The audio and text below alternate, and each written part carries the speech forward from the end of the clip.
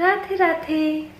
जब हम किसी की मदद करने के लिए जब उसे मदद की बहुत ज़रूरत होती है तब पहुंच जाते हैं, तो क्या सच में ऐसा होता है कि भगवान ने उसकी प्रार्थना सुन ली थी और हमें उनका भगवान का प्रतिनिधि बनाकर उस व्यक्ति की मदद के लिए भेज दिया था? आइए सुनते हैं कहानी इसी विचार के लिए। एक बार की बात है, एक वृद्ध आदमी था। वैसे फाइनेंशियली इनके पास पैसे धन संपत्ति की कोई कमी नहीं थी और सभी सुख सुविधाएं भी इनके पास थी।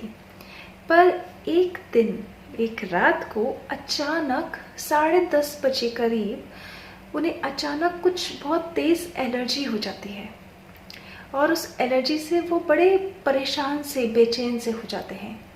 घर पे अकेले होते हैं। उनकी जो वाइफ थी वो भी उनके बच्चों के पास दिल्ली गई हुई थी और ये घर में अकेले थे।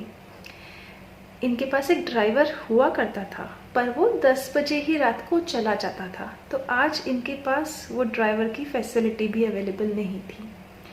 इन्हें अर्जेंटली एक केमिस्ट के पास जाकर, दवाई वाले के पास जाकर एक दवाई लानी थी और उस दवाई से इनका इलाज संभव हो सकता था।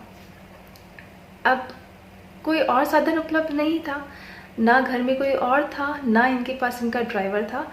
इसीलिए बड़ी हिम्मत करके ये खुद ही घर से निकले और निकल कर वो दवाई लाने के लिए, केमिस्ट पास में था, बहुत दूर नहीं था, तो पैदल ही चलने लगे।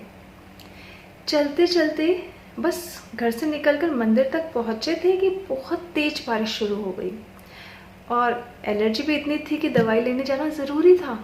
तो इन्होंने सोचा कि चलो पास में ही एक ऑटो वाला खड़ा है तो इस ऑटो में बैठकर उस दवाई वाले के पास चले जाते हैं। ऑटो में बैठे और ऑटो ड्राइवर को पूछा कि भैया क्या तुम मुझे उस दुकान के पास ले चलोगे जो उस गली के नुक्कड़ पर है? तो ऑटो ड्राइवर ने कहा हाँ ज़रूर, और उनको वहाँ पे लेके जाने लगा। रास्ते में उन्होंने देखा ऑटो ड्राइवर बहुत परेशान सा हो रहा है। तो इन वृद्ध आदमी ने सोचा कि क्या बात है भैया, आप इतने परेशान क्यों हो? ऑटो ड्राइवर ने बताया कि पिछले 3 दिन से उसे खाने को कुछ नहीं मिला और उसका जो 3 दिन पहले बारिश आई थी उसमें वो भीग गया था। उससे उसके बहुत तेज सर्दी जुकाम बुखार हो गया है और उसके पास 3 दिन से कोई सवारी भी नहीं आई। उसके पास पैसे ही नहीं है, ना तो अपनी दवाई खरीद सकता है ना कुछ खाने के लिए खरीद सकता है। तो वो भगवान के मंदिर के सामने खड़े होकर भगवान से यही प्रार्थना कर रहा था कि भगवान कैसे भी करके मुझे एक सवारी दे दो जिससे मेरा कुछ तो गुजारा हो सके। अब यही बातें होते होते वो दुकान आ गई और ये वृद्ध आदमी, वृद्ध सज्जन इस दुकान पे गए।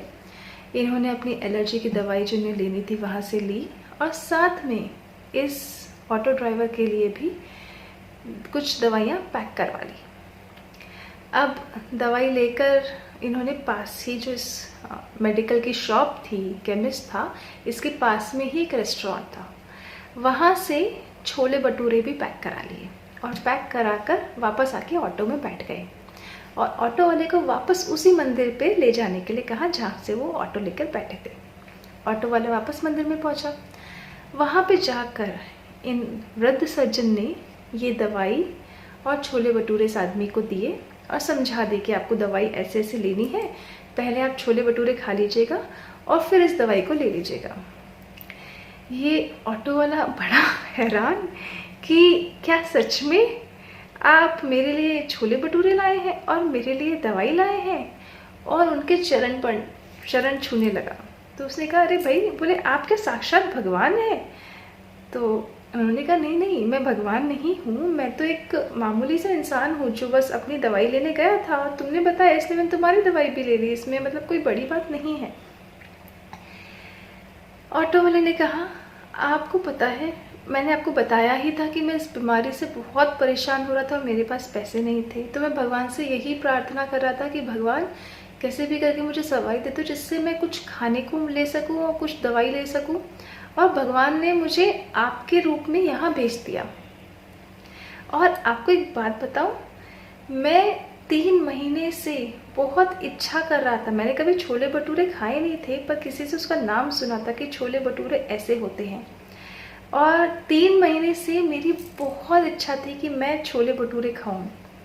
और आज भगवान ने मुझे 2 रोटी ही नहीं दी, उसकी जगह एक छोले भटूरे की पूरी प्लेट ला के दे दी। और उसने भगवान के आगे अपना शीश झुकाया और इस आदमी को नमस्कार करके बहुत धन्यवाद देकर ये आदमी वहाँ से चले गए, व्रत सज्जन।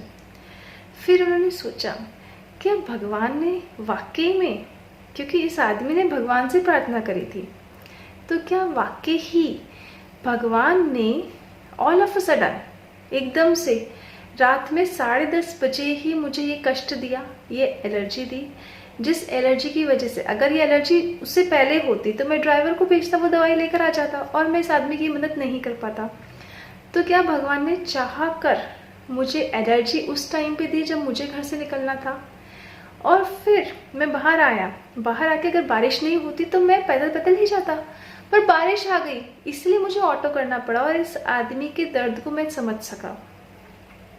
भगवान ने ही मुझे प्रेरित किया कि मैं जाकर इसके लिए दवाई लूं।